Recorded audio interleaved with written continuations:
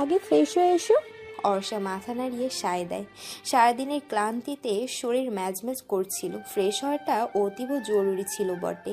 সে fresh হয়ে এসে দেখে মেয়েটি টেবিলে হরেক রকমের খাবার সাজিয়েছে। অর্ষাকে দেখে হেসে বলল, বসো। অর্ষা বলল, আশেপাশে তাকিয়ে জিজ্ঞেস করে, বাড়িতে আর কেউ থাকে না? না, আমি একাই। ও আচ্ছা, আপনার নাম কি? সুজিকা। আমি কিন্তু খ্রিশ্চান। আর আমাকে আপনি করে বলতে হবে না, তুমি করেই বলো।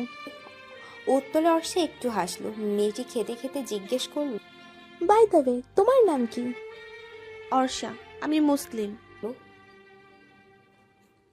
অর্ষার সরলতায় সুজিকা মুচকি হাসে। খাবার সামনে পেয়ে চুপচাপ গলাধকরণ করছিল অর্ষা, তবে দেখেই বোঝা যাচ্ছে ভীষণ ক্ষুধার্ত সে। তাই সুজিকা খাওয়ার সময় আর কোনো কথা বলল না। দুজনে খাওয়া দাওয়ার পর্ব শেষ করে ঘুমাতে যায়। শুয়ে শুয়ে দুজনে দেশের গল্প করছিল। অর্ষা এক পর্যায়ে বলে, আপনি অনেক ভালো আপু, ভাগ্যিস আপনার সঙ্গে আমার দেখা হয়েছিল, নয়তো আল্লাহ ভালো জানে এখন আমার কি হতো। ডোন্ট ওয়ারি বেবি, গড যা করে ভালোর জন্যই করে। আচ্ছা, তোমার হাজবেন্ড কেন তোমায় নিতে এলো না? অর্ষা প্রত্যুত্তরে দীর্ঘশ্বাস ফেলে বলল, তার সাথে আমার সম্পর্ক স্বাভাবিক নয়, সে আমাকে পছন্দ করে না। এরপর বিস্তারিত সবই বলল। সব শুনে সুজিকা জিজ্ঞেস করে, তোমাদের মাঝে কোনো ফিজিক্যাল সম্পর্ক হয়নি? না। আচ্ছা ঠিক আছে, অনেক জার্নি করে এসেছো, এখন তুমি ঘুমাও, কাল সকালে গল্প করা যাবে। কথা সত্য, অর্ষার সত্যি ভীষণ ঘুম পেয়েছে। সে গুড নাইট বলে অল্প কিছু সময়ের মাঝেই ঘুমিয়ে পড়ে। আচমকা ঘুমের মাঝে সে অনুভব করে কেউ তার শরীরে হাত বুলাচ্ছে। দুঃস্বপ্ন ভেবে কাটাতে চাইলেও হচ্ছে না। এই স্পর্শগুলো বাস্তব মনে হচ্ছিল। চকিতে চোখ মেলে তাকায় অর্ষা। সবুজ ডিম লাইটের আলোয় স্পষ্ট দেখতে পায় সুজিকা অর্ধনগ্ন হয়ে অর্ষার ওপর ঝুঁকে রয়েছে এবং তার শরীরে হাত বুলাচ্ছে। অর্ষা ধাক্কা দিয়ে সরাতে সরাতে জিজ্ঞেস করে, এসব আপনি কি করছেন আপু? সরেন প্লিজ। আপু, আপনি এমন করছেন কেন? শাট ইউর মাউথ বেবি। এরপর সে অর্ষার ঘাড়ের কাছে মুখ নিয়ে চুমু খায়। ভয়ে আতঙ্কে চেহারার বর্ণ পাল্টে গেছে অর্ষার। সে ক্রমাগত চেষ্টা করে যাচ্ছে সুজির হাত থেকে নিজেকে ছাড়ানোর। সে তো এটাই বুঝতে পারছে না একটা মেয়ে হয়ে সে কেন এমন করছে। পর মুহূর্তে তার মাথায় এলো, সুজি কি তবে লেসবিয়ান? অর্ষার মস্তিষ্ক ফাঁকা হয়ে যাচ্ছে, মাথা কাজ করছে না। মনে মনে সে আয়তুল কুরসি পড়তে লাগলো। খেয়াল করলো বেড সাইডে টেবিলে কাচের গ্লাসটা হাতের মুঠে শক্ত করে ধরে জোর আঘাত করে সুজির মাথায়। হঠাৎ আক্রমণে সুজিকা দুর্বল হয়ে পড়ে। সেই সুযোগে তাকে ধাক্কা দিয়ে সরিয়ে অর্ষা দৌড়ে ঘরের বাইরে বের হয়। পেছন পেছনে সুজিকাও আসতে থাকে। অর্ষা দৌড়ে মেইন দরজার কাছে চলে আসে। ভাগ্যিস তালা দেওয়া ছিল না। সে দরজা খুলে দৌড়াতে থাকে রাস্তায়। পেছনে পেছনে সুজিকাও আসছে। সে বারবার বলছে, অর্ষা দাঁড়াও বলছি, আমি বলছি দাঁড়াও। অর্ষা প্রাণপণে দৌড়াতে থাকে। সেই সময় সুজেকা এবং অর্ষাকে এভাবে দৌড়াতে দেখতে পায় আগত গাড়িতে থাকা পুলিশ। তবে দুজনকে দৌড়াতে দেখে তাদের সন্দেহ হয়, তাই তারা ওদের ফলো করতে শুরু করে। গাড়ি নিয়ে দাঁড় করায় অর্ষার সামনে। অর্ষা থমকে দাঁড়ায়। গাড়ি থেকে পুলিশ বের হয়ে দুজনকেই ধরে ফেলে। একজন অর্ষাকে জিজ্ঞেস করে। কি অর্ষা হয়েছে? হাউমাউ করে কাঁদতে থাকে। কান্নার জন্য ঠিকমতো কথাও বলতে পারছে না। তাই পুলিশ দুজনকে থানায় নিয়ে আসে। থানায় গিয়ে অর্ষা কিছুটা শান্ত হয়। এমন কিছু কখনো তার সাথে হতে পারে বা হবে সেটা কল্পনায়ও ভাবিনি।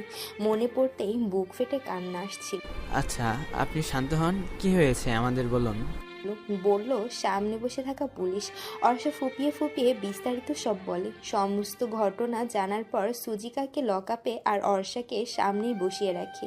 সে তখনও ফুপিয়ে ফুপিয়ে কাঁদছিল। দুজন পুলিশকে সুজিকার বাসায় পাঠানো হয় অর্ষার জিনিসপত্র নিয়ে আসার জন্য। অর্ষাকে শান্ত করতে সামনে বসে থাকা পুলিশটি পানির গ্লাস বাড়িয়ে দিয়ে বলল, আচ্ছা, আপনি একটু পানি খান। কাপা কাপা হাতে গ্লাসটি হাতে নিয়ে এক চুমুকে সম্পূর্ণ পানি শেষ করে অর্ষা। কান্নার পরিমাণ কিছুটা কমে এসেছে এখন। সে শান্ত হয়ে চেয়ারে বসে আছে। হাত পা কাঁপছে এখনো। মনে হচ্ছে কোনো ঘোরের মাঝে আটকা পড়ে আছে। ঘটনাটি কিছুতেই ভুলতে পারছে না। অর্ষা, কিছুক্ষণ বাদে পরিচিত কণ্ঠে নিজের নামটি শুনে চমকে তাকায় অর্ষা।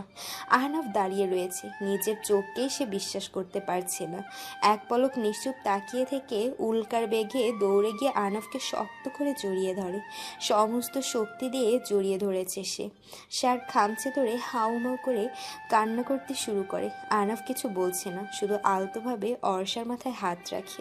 আহনাফ থানায় এসে অর্ষার নিখোঁজ হওয়ার ডায়েরি করে গিয়েছিল, সেই সাথে সকল ইনফরমেশন, ছবি এবং সমস্ত ঘটনাও বিস্তারিত বলেছে। পুলিশ তাদের সর্বোচ্চ সহায়তা করবে বলে জানিয়েছিল, কিন্তু তবুও মনের ভেতর ভয়ের দানা ধীরে ধীরে বীজ এবং অল্প সময়ে তা বিশাল ময়ূরের আকার ধারণ করেছিল। অস্বস্তি, দুশ্চিন্তায় গাঢ় হয়েছিল আহনাফের সমস্ত তনুমন। সে অর্ষাকে সহ্য করতে পারে না, এ কথা ঠিক, তাই বলে সে তো কখনোই অর্ষার ক্ষতি চায়নি আর চায়ও না। তার সমস্ত রাগ গিয়ে পড়েছিল তখন বাবা মায়ের উপর। অন্যদিকে বাবা মা যখন শুনলো অর্ষাকে এয়ারপোর্টে গিয়ে পায়নি, তখন তাদেরও দুশ্চিন্তার শেষ ছিল না। আমিনা বেগম তো কান্নাকাটি জুড়ে দিয়েছিলেন। জহির চৌধুরী একটু পরপর আহনাফকে ফোন করে জিজ্ঞেস করছিলেন অর্ষাকে পাওয়া গেছে কিনা। রাগে ক্ষোভে বাবা মাকে দু চারটা কথা শুনিয়ে দিতে গিয়েও নিজেকে সামলে নিয়েছিল আহনাফ। দুশ্চিন্তাগ্রস্ত মন ও অসাড় শরীর নিয়ে যখন সে বাড়িতে পৌঁছালো, তার ঠিক মিনিট 10 পরই থানা থেকে ফোন আসে। পুলিশ যখন জানালো অর্ষাকে তারা পেয়েছে, তখন মনে হলো অনেক বছর বাদে সে কোনো খুশির সংবাদ পেয়েছে। কোনো কিছু না ভেবে তখনই আবার বেরিয়ে পড়েছিল থানায় আসার জন্য।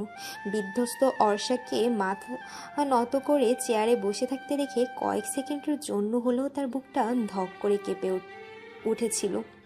কোনো ক্ষতি হয়নি তো? তার ভাবনার প্রহর ফুরাবার পূর্বেই মুখ থেকে বেরিয়ে এসেছিল অর্ষার নামটি। আর এরপর প্রবল বৃষ্টিপাতের মতন অর্ষা ছুটে এসে বুকে ঝাঁপিয়ে পড়াটা ছিল বিশাল মরুভূমির বুকে এক পশলা বৃষ্টির মতো। যদিও তখন ভয়টা ক্রমশই বাড়ছিল। এই মুহূর্তে আহনাফ এবং অর্ষা দুজনেই পুলিশ স্টেশনে রয়েছে। আহনাফের গা ঘেঁষে পাশাপাশি বসে আছে অর্ষা। আহনাফের এক হাত জড়িয়ে ধরে হাতের বাহুতে গাল ঠেকিয়ে রয়েছে। অর্ষার শরীরের কাঁপুনি স্পষ্ট টের পাচ্ছিল আহনাফ। সে পুলিশের কাছে বিস্তারিত সব শুনেছে। এই ঘটনার পর অর্ষার মতো মেয়ের ভয় পাওয়াটা অস্বাভাবিক কিছু নয়। অন্য কেউ হলে তো ভয়েই জমে যেত। সেখানে অর্ষা নেহাতি সহজ সরল, শান্ত ও ভীতুগোছের মেয়ে। আল্লাহ যে ওকে রক্ষা করেছে, এই তো আহনাফ মনে মনে আল্লাহকে শুকরিয়া জানায়। আহনাফ ক্ষীণস্বরে বলে, অর্ষা, তোমার কি শরীর খারাপ লাগছে? অর্ষা ফোপাচ্ছিল, বাচ্চাদের মতো ঠোঁট উল্টিয়ে বলল, না। অথচ তার গায়ে তখনও প্রচণ্ড জ্বর। কীরকম পাখির ছোট্ট ছানার মতো আহনাফের গা ঘেঁষে রয়েছে। অন্য সময় হলে অর্ষা লজ্জাতেই সামনে আসতো না, আর সেখানে তো আহনাফ দীর্ঘশ্বাস নেয়। যে দুটো পুলিশকে অর্ষার জিনিসপত্র আনার জন্য পাঠানো হয়েছিল, তারা কিছুক্ষণ বাদেই সব নিয়ে ফিরে আসে। আহনাফ সব কিছু চেক করে পুলিশকে ধন্যবাদ জানায়। অর্ষা তখনও আহনাফকে ছাড়েনি, যেন ছাড়লেই সে আবার হারিয়ে যাবে। তাছাড়া অচেনা এক ভিন দেশে এখন অর্ষার একমাত্র ভরসার কেন্দ্রবিন্দুই তো আহনাফই। সেটা এ দুজন মানুষ স্বীকার করুক বা না করুক, বাস্তবতা তো এটাই। পুরোটা রাস্তায়ও অর্ষা আহনাফের হাত ছাড়েনি। বাড়ি ফিরে অর্ষাকে সোফায় বসালো সে। অর্ষার জন্য পানি আনতে গিয়ে দেখলো দেয়ালের আড়াল থেকে ক্যাথরিন উকি দিয়ে তাকিয়ে আছে। দৃষ্টি তার অর্ষার দিকে আটকে রয়েছে। মনে মনে হয়তো ভাবছে, এই নতুন মানুষটা আমদানি হলো কোথা থেকে আবার? আহনাফ পানি এনে দিল। অর্ষা বিনা বাক্যে পানিটুকু পান করে নিস্তেশ্বরে বলে, ভালো লাগছে না, ঘুমাবো। অর্ষাকে ধরে উঠিয়ে আহনাফ বলল, চলো। দুটো বেডরুম আহনাফের ফ্ল্যাটে। সে যেই রুমে থাকে তার পাশ রুমে অর্ষাকে নিয়ে যাবে ভাবলো। পরক্ষণে ভাবলো রুমটা গোছানো হয়নি, আজ বরং অর্ষা তার রুমেই থাকুক, পরে না হয় ওই রুমে শিফট করবে। সে অর্ষাকে নিজের ঘরে নিয়ে শুয়ে দিল। মাথায় হাত দিয়ে ব্যথায় কোকাচ্ছে অর্ষা। সে জড়ানো কণ্ঠে অনুরোধ করে বলল, প্লিজ, আপনি কোথাও যাবেন না, এইখানেই থাকুন। যাচ্ছি না কোথা, তুমি একটু শুয়ে থাকো। আহনাফ ফার্স্ট রাইড বক্স থেকে থার্মোমিটার নিয়ে জ্বর মেপে দেখলো 103 ডিগ্রি জ্বর। অস্ফুট স্বরে বলল, সর্বনাশ, অনেক জ্বর। এরপর সে জ্বরের ট্যাবলেট নিয়ে অনেকটা জোরপূর্বক অর্ষাকে খাইয়ে দিল। পাশে বসে কিছুক্ষণ জল পড়তে দিয়ে জ্বর নামালো। সকাল হলে ডাক্তারের কাছে নিতে হবে। অর্ষা ঘুমানোর পর ফোন হাতে নিল। বাবা মা অনেকগুলো কল আর মেসেজ করেছে। আহনাফের এই মুহূর্তে কথা বলতে ইচ্ছে করছে না, তাই সে ঘুমন্ত অর্ষার ছবি তুলে মাকে হোয়াটসঅ্যাপে পাঠিয়ে সাথে লিখল, চিন্তা করো না, অর্ষা এখন আমার কাছে আছে, ঘুমাচ্ছে, কাল সকালে ফোন করবো। এরপর ফোনে চার্জ দিয়ে মাঝখানে কোলবালিশ রেখে সেও অর্ষের পাশে শুয়ে পড়ল। লাইট নেভায়নি আজ। যখন তখন অর্ষের ঘুম ভেঙে যাওয়ার সম্ভাবনা আছে আজ। অন্ধকার দেখে ফের যদি ভয় পায়, এই আশঙ্কায় লাইট জ্বালিয়েই রাখলো। যদিও লাইটের আলোয় তার ঘুম আসে না, কিন্তু কিছু করারও তো নেই। পাশ ফিরে শুতে গিয়ে দেখলো ক্যাথিয়ন ওর রুমে এসেছে, চেয়ারের উপর গুটিসুটি হয়ে ঘুমাচ্ছে। আহনাফ মৃদু হাসে ক্যাথিয়নের দিকে তাকিয়ে মনে মনে বলে, ভাগ্যিস তুই গ্লাসটা ভেঙেছিলি। সকাল 7:24। সারা রাত দুশ্চিন্তায় ঠিকমতো ঘুমাতে পারেনি আহিল। আমিনা বেগম অবশ্যই এসে ভয়ে ভয়ে অর্ষার পৌঁছানোর খবর জানিয়ে গেছে, তবে আহিল তার কথায় কোনো রেসপন্স করেনি। সকাল হতেই একে একে সব বন্ধুর নাম্বারে ফোন করে এমার্জেন্সি দেখা করার কথা বলে। ওর হঠাৎ দেখা করার কথায় সবার পিলে চমকে ওঠে। নিশ্চয়ই এতক্ষণে সব জেনে গেছে আহিল, আর তাই সবাইকে দেখা করতে বলছে।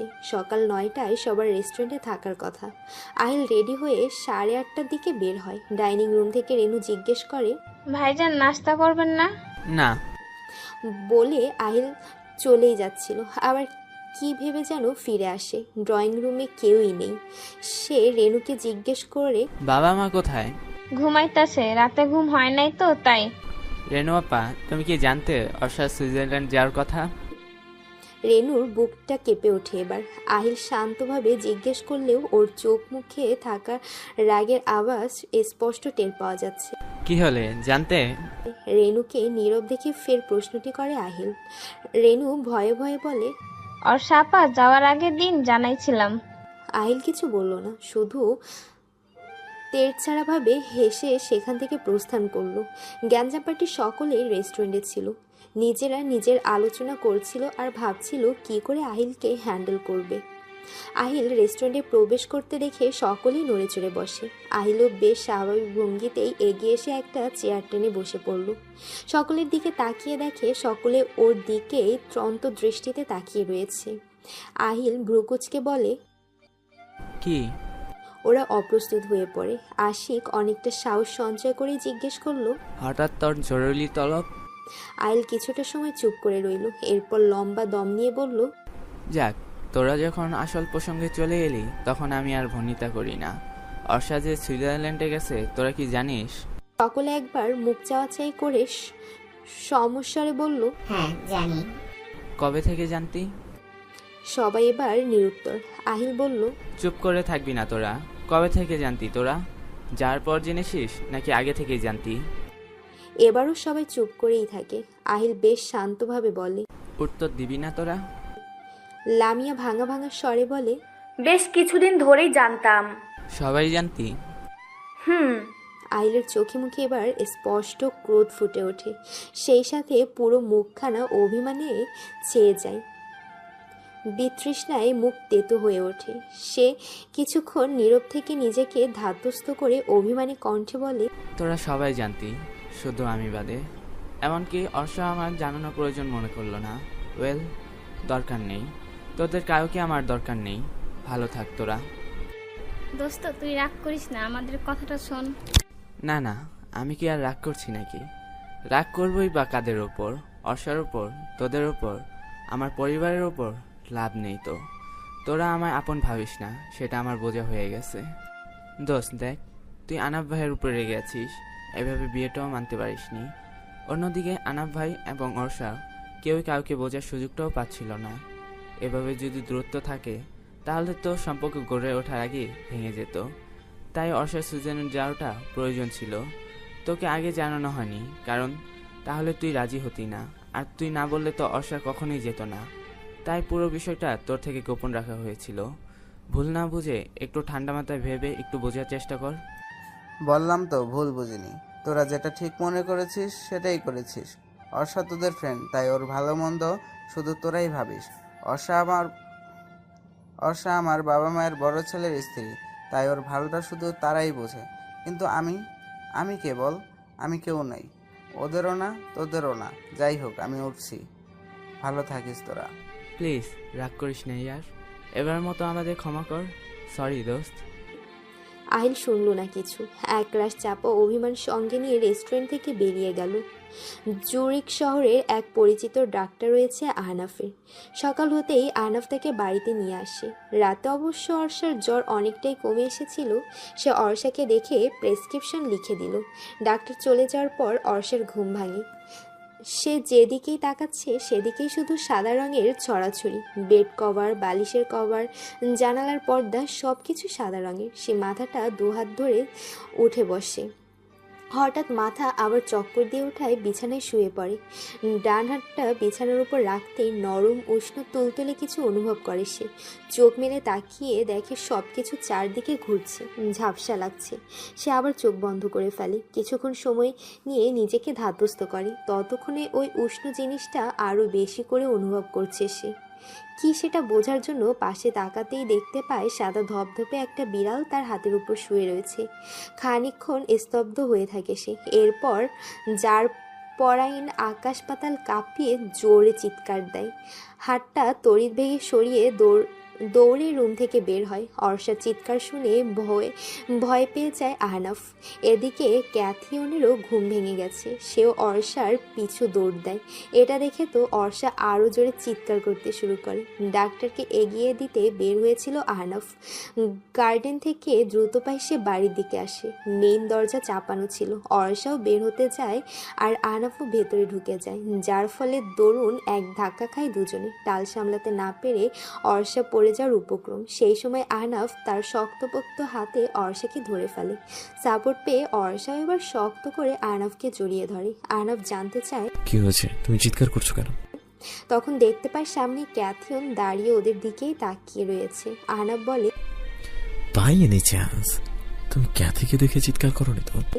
অর্ষা এবার মুখ তুলে তাকায়, চোখ দুটো পিটপিট করে বলে, ক্যাথি।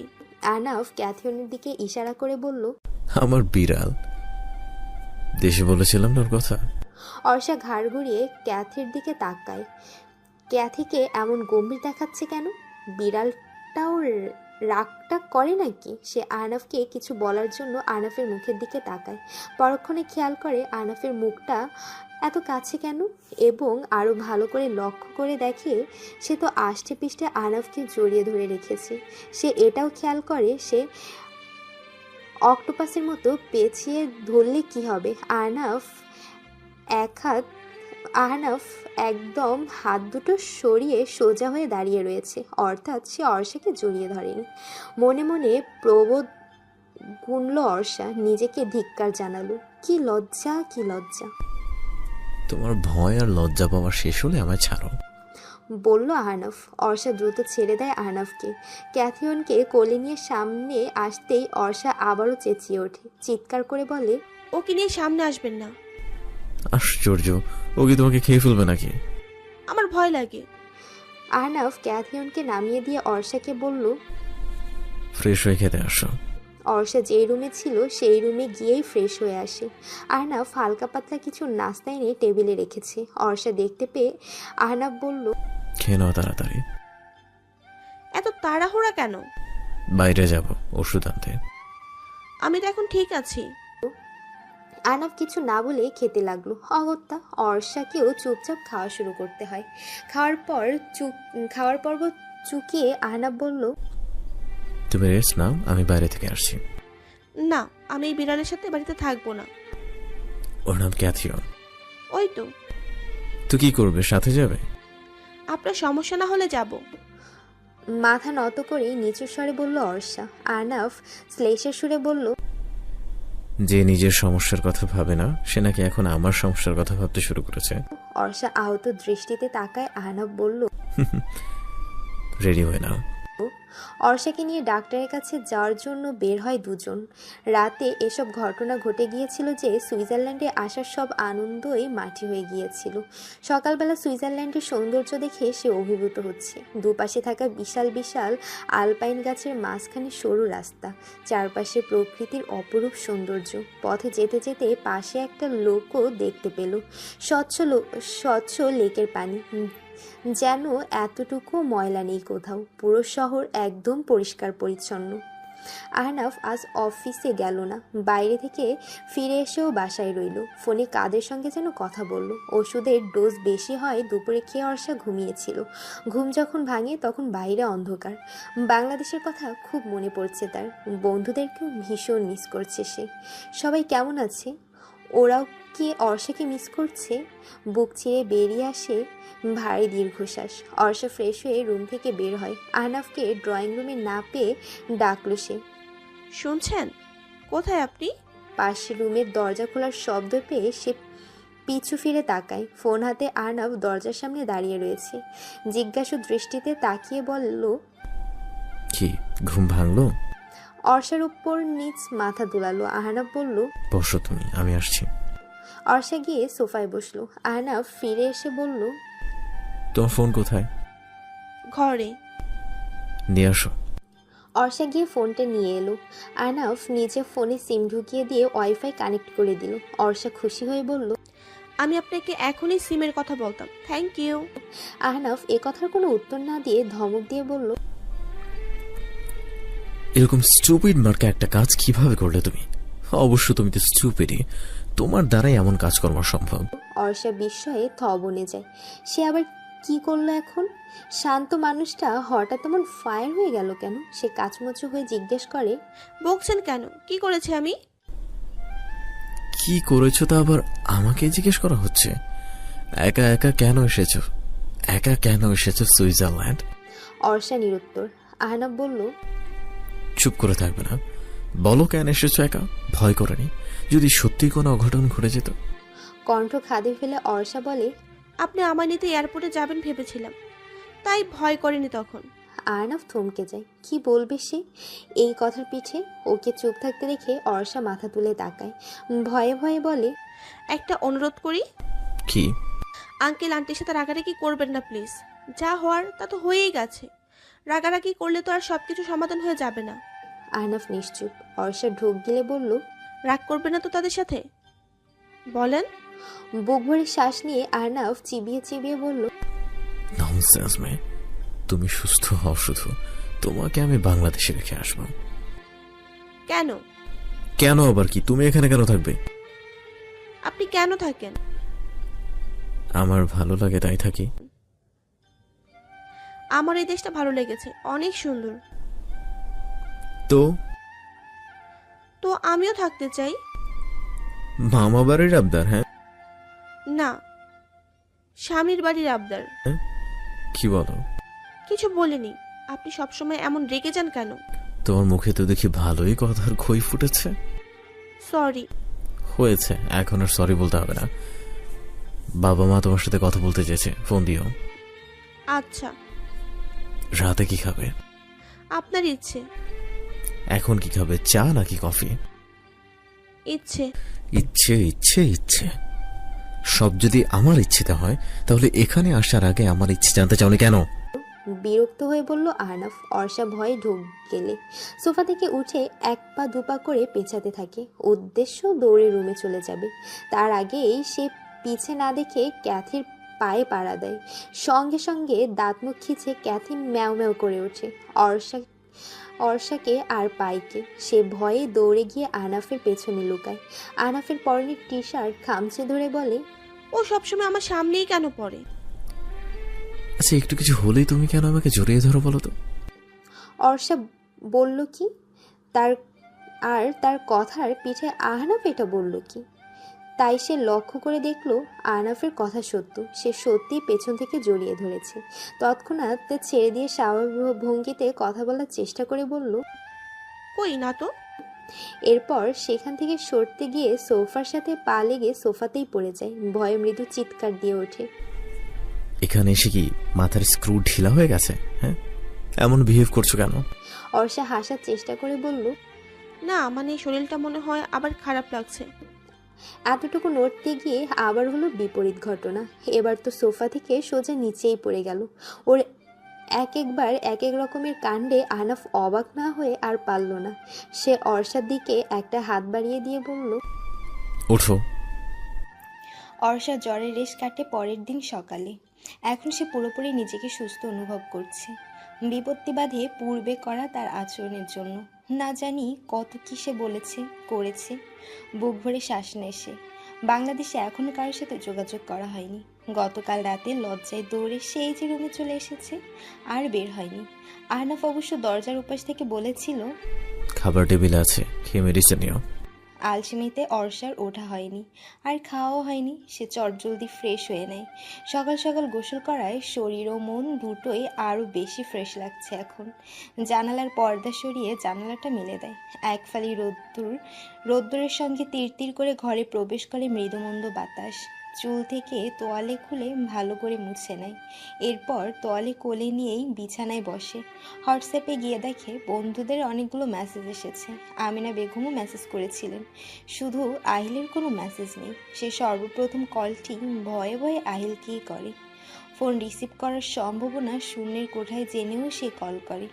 নিশ্চয়ই অনেক রেগে আছে আহিল, হয়তো আর কথাও বলবে না।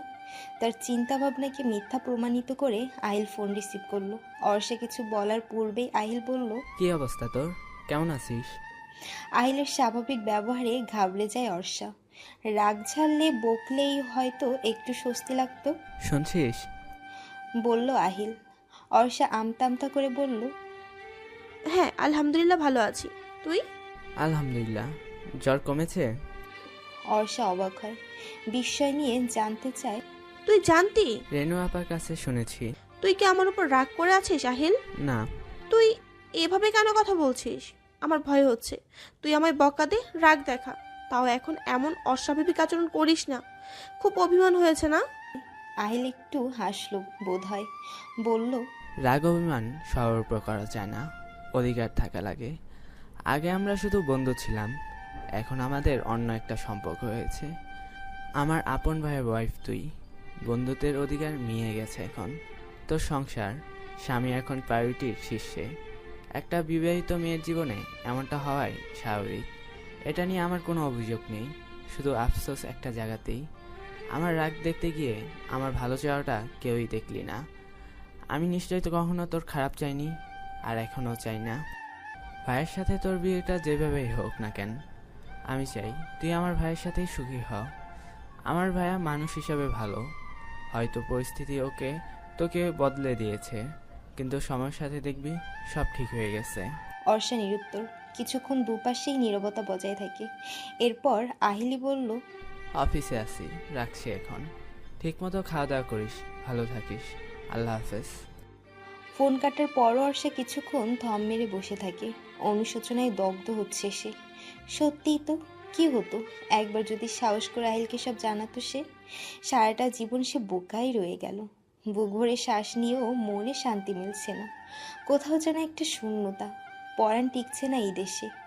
নিঃসন্দেহে সুইজারল্যান্ড অপরূপ একটি দেশ, কিন্তু তবুও নিজের জন্মভূমি, নিজের মাতৃভূমির প্রতি যেই টান, ভালোবাসা প্রতিটি মানুষের মনে রয়েছে, তার কাছে তো অপার সৌন্দর্যও নস্যি। তবে হ্যাঁ, দেশের প্রতি এত টান থাকারও হেতু রয়েছে। বিশেষ হেতুটি হচ্ছে প্রিয়জন, প্রিয় মানুষ।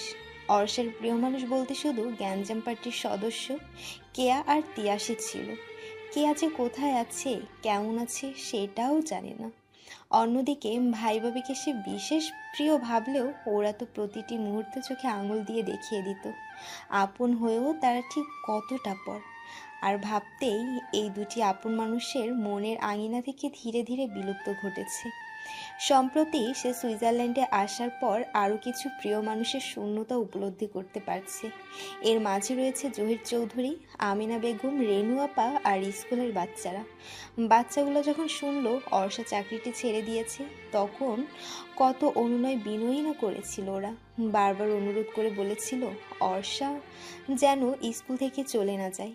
মন চাইলেও কি আর করা সব অনুরোধ রাখা যায় না, আসলে সম্ভব হয়ে ওঠে না। পরতপক্ষে অর্ষার পক্ষেও বাচ্চাগুলোর অনুরোধ রাখা সম্ভব হয়ে ওঠেনি। বিছানা ছেড়ে উঠে ভেজা টয়লেটটা বারান্দায় মিলে দেয় সে। এরপর ফোন করে আমিনা বেগমকে। তিনি দুইবার রিং হতেই ফোন রিসিভ করেন। হয়তো ফোন তখন হাতেই ছিল। উৎকণ্ঠিত হয়ে তিনি জিজ্ঞেস করলেন, অর্ষা মা, তুমি ভালো আছো? মা? ডাকটা সে যতবার জহির চৌধুরীর এবং আমিনা বেগমের মুখে শুনে, ততবার তার অন্তরে প্রশান্তিতে ছেয়ে যায়। মনে হয় সবচেয়ে শ্রুতিমধুর ডাক আর কিছু কখনো হতেই পারে না। অর্ষা ক্ষীণস্বরে বলল, আলহামদুলিল্লাহ, আমি ভালো আছি। আপনারা ভালো আছেন? ওপাশ থেকে দীর্ঘশ্বাসের শব্দ শোনা গেল। তিনি বললেন,